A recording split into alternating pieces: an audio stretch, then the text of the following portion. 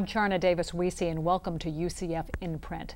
We've heard the stories hundreds of times, desperate people looking for a better existence, setting sail on anything that floats, leaving Cuba for America. It's an integral part of Florida's culture, but how about the story from the other side? A 14-year-old girl with an activist mother facing danger. What must that be like? Please join me in welcoming professor and acclaimed author Ivonne Lamazares. Welcome. I love your book. I just absolutely love your book, and I feel like I've been there. Mm-hmm. You know, I feel like I've been to Cuba. You are so descriptive. It's called the Sugar Island, by the way. Mm-hmm. And this is something that's not unfamiliar to you.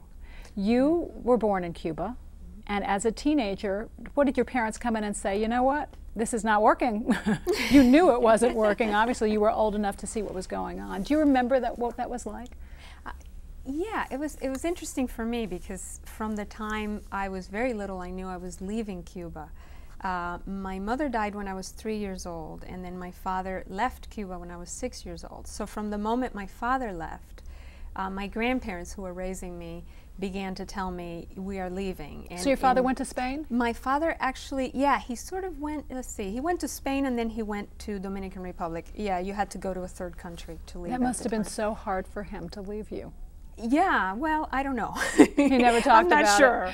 I had a Latin father too. They don't necessarily tell you those things, do they? Yeah, and my relationship with my father later on didn't turn out to be what I expected. But in any case, so there was always that feeling that I was going to leave. So actually my whole life seemed kind of provisional. So at the same time that I knew I was going to leave, I also began to doubt whether that was ever going to happen because it took 8 years to get the permit. So that's how you actually got the permit. Then it was much different. We did get the permit, but it takes so long for so many people, and when you're in your productive years, generally they don't grant you the permit at all. So that's why so many people take to the ocean. Do you remember when your grandmother or grandfather, abuela, yeah, came over and said to you, "It's time, you're going"? Yeah. Do you remember that? What was that like? Terrible. It was just utter panic because I was going to the unknown. Also, I had heard so many terrible things about the Yankees. Growing up. They do call us the Yankees. Yeah, well, you're a Yankee. Yankees, yes. And it was very, very heavy indoctrination against this society in the United States. So I didn't know what to think. I think at home my grandparents were so much on the opposite end. They were so they didn't want you to go. Passionate about the United States being a great place, and nothing the Americans did was ever wrong. The Vietnam War was great. Everything they ever did was fantastic. And so then in school it was the exact opposite. So I always felt like I didn't know who to trust or what to believe. So did they leave with you? Yes. At that time they left with you. My father's parents did. So they did. So you weren't by yourself heading. I wasn't. So you went to Spain, and yes. then you left from Spain to Miami. To Miami. I remember as a little girl, we were talking about this a few moments ago, there would be a new child in the class, and they'd come in and they'd introduce them as Carlos or Jose or something like that, and they'd come in and they'd look almost little and frightened, and these children at that time, there were no special classes for them, and they'd sit them in the back of the class, and I remember as a child feeling so sorry, because it was like being thrown into the lions. But yet within a few months we didn't remember them not speaking Spanish. It was so assimilated so quickly. Was that what happened with you? Did you suddenly just go into a classroom with a bunch of people speaking a language you didn't understand and didn't feel like they would ever be friendly with you? And yeah, and I think I was pretty convinced that I would never learn to speak English. It would never happen. I was 13, so yeah, that's also an awkward age in middle school. Yeah, so I was in the back of the room just like you described, though it wasn't Hialeah. So Hialeah in Miami is very Cuban. So there were a lot you had of people Cubans who could speak around. with you. Right. So That's it wasn't wonderful. as traumatic. Still, it was traumatic enough. Now, Tanya had a different experience as a child, but she did spend time with relatives. Her mother was almost a activist at that time. Yes. Subversive, I guess, and dependent on whose eyes you look at.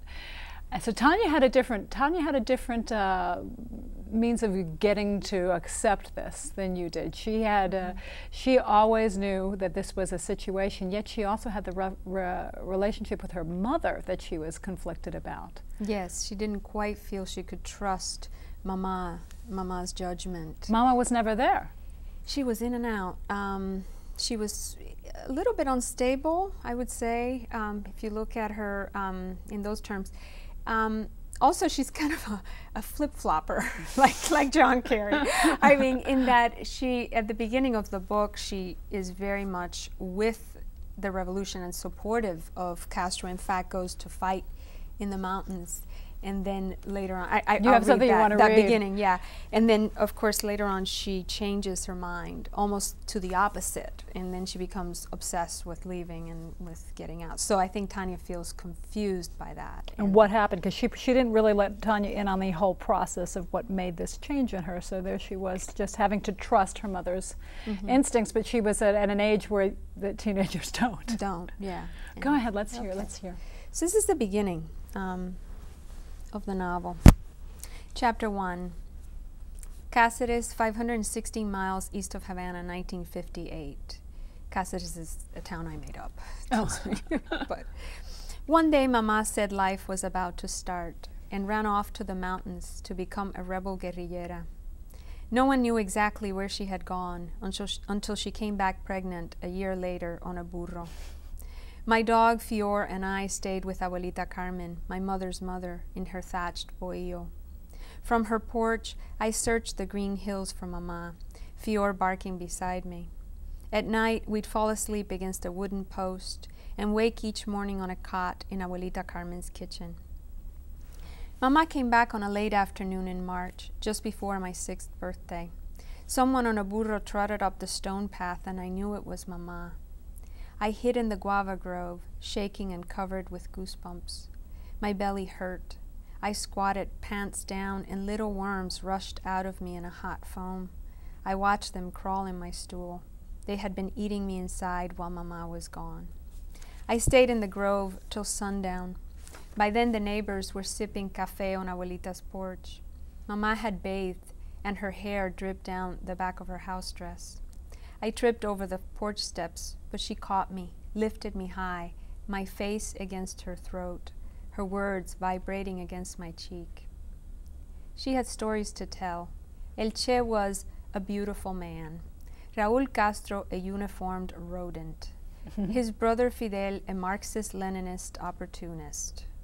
The fighting was moving west, Mama said, away from Cáceres and the mountains. The rebels would be in Havana before the year's end. She looked at me, but I'm glad I'm back. Night frogs chittered in the brush, and as Mama fell asleep in the rocking chair, Abuelita Carmen told everyone what they had come to hear. She said her daughter, quote, got knocked up by a rebel cook, so they sent her home on a jackass. The neighbors nodded, some in sympathy, a few grinned. Then they went back to their shacks in the dark. Sometime that night, Mama slid beside me on the cot. She moved her cold hands over my belly like she had done at times back in Regla when we lived by the harbor. But now I lay stiff, scared Mama might get up and go back to her rocking chair on the porch. Now that she was a guerrillera, maybe she missed sleeping out with the crickets and the tough mountain wind. The next morning, Mama told me all she would ever say about the rebel cook. The path of a woman's heart, mija, is made slippery by hunger.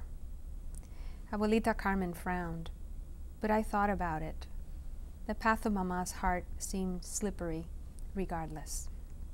She already noticed she was a flip-flopper. Yeah, this is sort of the beginning of that trust issue that they have between them. And she was afraid to move because she didn't know what she was going to do. Yeah. So even a child can see that. And Tanya had such wonderful things said to her. When Abuelita said to her, sometimes you must make heart out of tripe. Your grandmother said that to you. Yes, she would say it all the time. It was for her, it was like a refrain to keep going. I think my grandmother was quite broken after my mother's death. My mother died when she was 25. So there was a lot of sadness there with my grandmother. And I think the Melena character in the book is sort of a combination of my two grandmothers. Oh, yes. So, yeah, she's kind of has sort of the toughness of They had to be. Yeah. I can't even imagine. They must. I was actually tearing up when I was reading, when you were reading the part of her holding her up in the air and thinking she keeps leaving her though. How could she do that? But I felt, I guess in a way, deep down she may have felt she was going to change the world or help change her world, even if it was just the little part of it that was her family. Yeah, you mean Mama? Or, yeah, yeah. Mama's such an interesting character for me because I didn't model her after anyone that I knew at all, which is, she just came formed to the book, came from I don't know where, and any time that she showed up on the page, great things happened. I mean, in other words, exciting things, and I just never had to think about her. She's really a force in the book. Very powerful. Yeah, very powerful, and she's very impulsive. She's unrealistic. She's a dreamer. And yet, I think she's quite justified in her belief that they need to leave. And I think Tanya comes to see that, even though, and I don't know if I should give away all this, but they do end up, of course. Just makes us want to read it more. Don't worry about it. They do end up leaving, even though Tanya's opposed to it the entire first part of the book. They do leave, and after they get to the United States, Mama really doesn't get it together either. It's not any better there for her. For her. But for Tanya, but the world is better, and probably a better thing for Tanya. But and even as a small child, she's not so sure about the tripe comment. Oh no, she's not. She's saying, yeah, right. She says, it seems like heart is what gets thrown away. Yeah, that part was really hard for me to write, and yet I really wanted to write it, the part where Tanya does decide on the first attempt to leave on a raft. She makes a sort of bargain with one of the saints. It's actually an Afro-Cuban Santeria saint. And I think, let me see if I find that.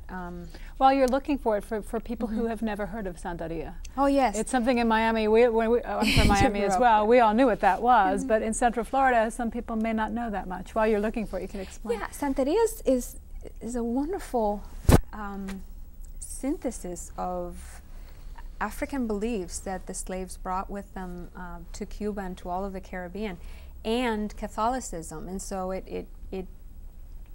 the orichas, which are the gods, the African gods, take on the personalities of these Catholic saints, and so that's basically. And then the religion, of course, is an old religion, so you have a great deal of sacrifice and offerings, and animal sacrifice is part of the religion. Yeah, I remember that when that would go on in Miami, when it would first start happening when we were little. There'd always be news stories and people think, what is going on there? But now oh, Santeria, we understand. Right. But even from the time she was so young, she was so strong. Did you feel strong when all of this was going on? You had to be on your own. You didn't have the mother there either. You were with the grandmother. But I think Tanya feels like she's got something to her. She's got some fight in her. She's got some fight in her, and I think that's how she's that's different why you from did me. That. Yeah, I mean, I think writers, are observers, and we're much more covert in our, whatever our rebellions are. But of course, when you're going to write a book, one of the things you begin to realize is that your characters have to act in the world. They can't just be observers. And so Tanya is very much more of an actor in her own story, and she's definitely feisty. She is. You found it? Looks like you found it. I think so. Yeah, so let me see. This is the part where they're waiting to leave on the raft, and Tanya. I can't even imagine it. Every time you say that, because I don't know how many people have seen the things that people come over in. Yeah. It's just some mattresses, and maybe to a child they don't really realize the expanse of water and the weather and all the things that are going on. The sharks and yeah, the drug runners. I know. That's one thing that really fascinated me, which is why I wanted to. Part of why I wanted to write the book. I couldn't understand it really. I would never do it. It seems to me. So I wanted to explore As a child, but maybe as a mother you might. Wow, you know, to put my daughter in such risk, I really would have to be in a very desperate position, but a lot of people are. And so here's the part when they're waiting. I closed my eyes and prayed to Yemaya, blue goddess of the sea, that no boat, no raft would come for us this night or any other, that we'd go home and sleep and wake miles from all oceans. I made a promise, as it was done with the saints. I promised Yemaya that if she let us go from her now, I would let someone go from me too. Yemaya, I said in my mind, if Mama has to run away to start life, don't let her drag us with her. Let her go alone on a burro as before. I crossed myself the way Abuelita had shown me. Abuelita said once that something necessary was neither sad nor happy. She said to survive, one must make, quote, heart out of tripe. But for me, it was the other way around. Heart was what got thrown away. Mama turned off the flashlight. We sat on a rock and waited. Just before daybreak, I woke to the sound of water and the rotten smell of the harbor. The sea was calm, stone gray like the sky. There was no La Quintana, no Cousin Romy. Dirt and dew had flattened Mama's hair against her skull. She stooped when she carried Emmanuel. Take the bag, she said. We turned the corner by the ceiba tree, and I saw men in olive green fatigues smoking on our porch. Mama stopped. The men stood and threw away their cigarettes. So actually, Tanya gets her wish. They don't leave that time around. But she's made that almost crazy sacrifice of saying, okay, if Mama has to go away from us, let her go. Because she's so frightened of the idea of going in this black water to the unknown. And so then at this point, the raft does not pick them up, and Mama instead gets arrested for trying to leave the country legally. So things do turn out, it does turn out that Mama goes away. Is this the part where she goes to, as they call, rehabilitation? Yes. And that was something that most of us in the States had never really heard about. We really were not as well versed in it. Women were sent to... Women and men. Actually, most of the time you heard about men being sent away, but women too, to these sort of agricultural or farms, you know, and people would work there. In the fields. And any brainwashing trying to go on? Yes, or and then there would be political indoctrination and the idea. I wonder if it would work or make them more determined to go. I think in many cases it was that. It made them more determined, you know, yeah. You know, it also seems that Tanya knows she's strong, but really doesn't understand herself. At one point she talks about Milena giving Emmanuel the power to see himself and a focus and a concentration. And it almost feels like she wants to know herself.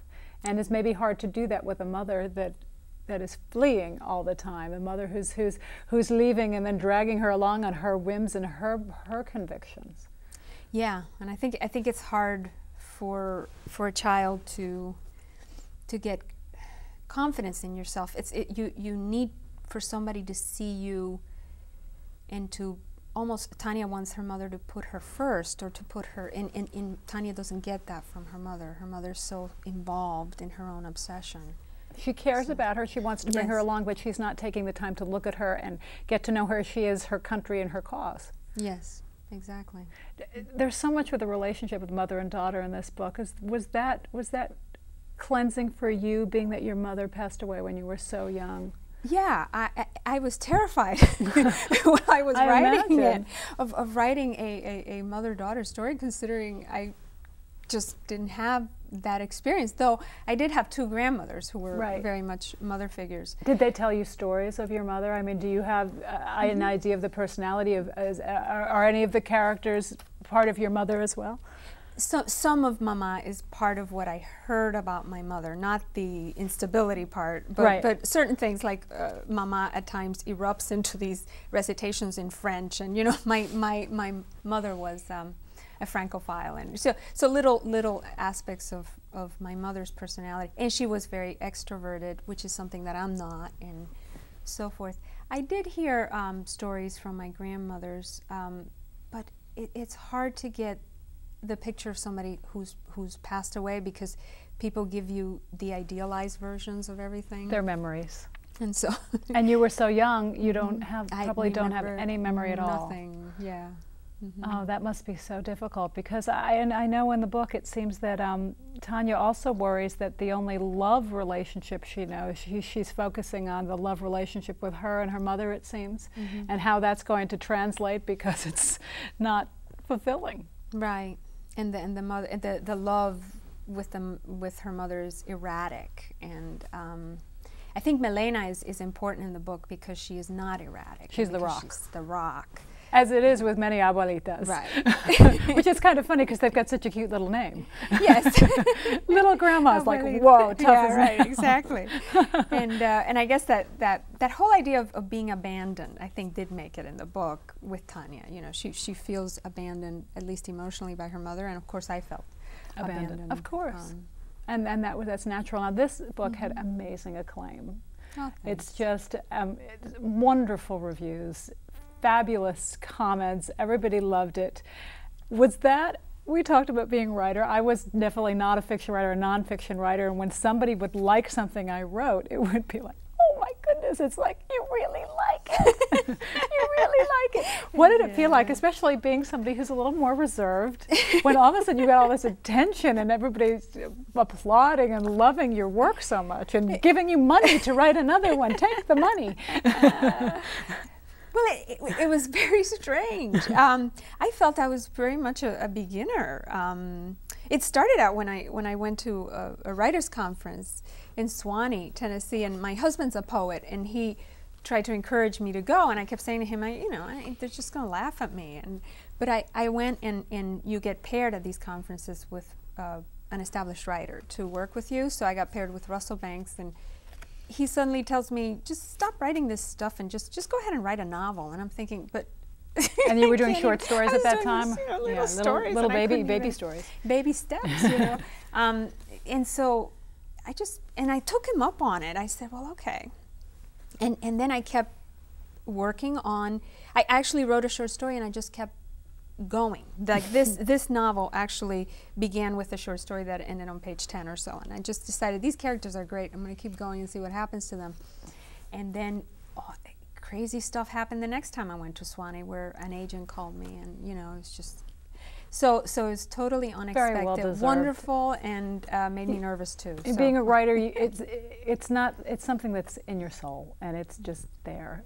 It's like an old soul of writing. It is there. It's beautiful. And your husband's a writer too. You must have a very clean house.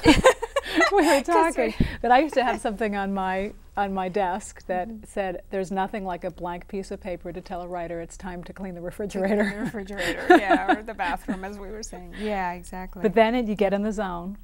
Yes, sometimes it does happen, and it's just couldn't be better. It's the greatest thing. You start writing and you look up and it's 5 hours later. Absolutely. and you feel good about what you've done, and you don't look at it again because you're afraid you're going to feel differently. I know. So you've got another one coming up, yes. Some Realms I Owned, about something that's going to be in the news, something that's going to be very important, probably sooner rather than later, about the relationship between the Yankees, who were once Cubans, who left and came to America, mostly probably Miami, and the ones who have stayed. Yeah, I'm writing something that every time I start writing a book, I feel like I'm writing something about something very strange to me. So it felt the same way with the Sugar Island. But this second book is about a school teacher in Cuba during the special period, which is, they've called it the period after the Soviet Union ceased to exist, and Cuba was kind of left adrift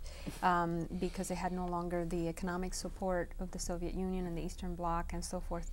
And so it's a terrible crisis in the country, and this school teacher has always been supportive of the revolution and suddenly finds herself doubting all of that. And then it's going to be her relationship with someone who comes from the United States, as you mentioned, a Cuban who is looking to return, actually, to Cuba. That, to me, is very strange. Which is the dream for many. But it is the dream. But this particular crazy woman actually does, kind of like Mama, she's a little crazy, actually does stay and wants and plans to stay during the special period, which is... most are waiting till after Castro is gone. Yes, that would make more sense. But so it's going to be about that sort of relationship and the conflict. And there's a real conflict. There is now. As I was telling you, I heard an interview with a woman in Cuba who said that many people are worried about what's going to happen when Castro dies, because there are plenty of people, Cuban Americans now, who left their property and want to go back and get it. Yeah, and I think what's even more threatening than that, I would say, is that Cuban Americans now have the resources, of course, to go back to Cuba and in a way buy up Cuba. I mean, from those who stayed there all this time and who have very little. So and you would think would have the rights to what they had taken care of. And because I imagine if, as we were saying earlier, that, I'm sure Castro has a lot of people in place who want to continue his work. Yes. But Cuba's going to be very lucrative. Yes. If they become capitalistic, I mean, if capitalism becomes their mode of being, there's a fortune to be made. So yes. I would think more likely than not, money sometimes wins. Money wins. So I'm thinking the people that are there now who have nothing, and they had to have been decimated from the hurricanes, yes. are very scared. Yes. And there may be some animosity between. So this woman called it the old Cubans and the new Cubans. Is that what? Is that what they? Just her thing, or is that something that they call each other? Oh, that makes sense. Sure. Yeah. So I think it's going to be really, really interesting to see what happens. I don't think even though he has people that he's expecting to take over, I don't know that will be the case. Do you ever want to go back? I want to go back all the time. I'm scared to. We'll wait till a time when it's safer, but we can always go back when we read your books. Thanks so much. I can't wait. When Some Realms I Owned is finished, will you come back and we can talk about it? Oh, thank you. Sure. I can't wait to read it. Dr. Ivonne Lamazares, thank you so much for joining us. I really feel like I've been there. I really feel like I understand it a little bit more, and what people went through and what many of our ancestors went through whenever they left their countries. So many of us yes. have heritage in other countries, and it's an eye-opener. It's beautiful work. Thank you. Thank you so much. I'm Charna Davis-Wiese. Thank you so much for joining us, and join us again next time for UCF in Print.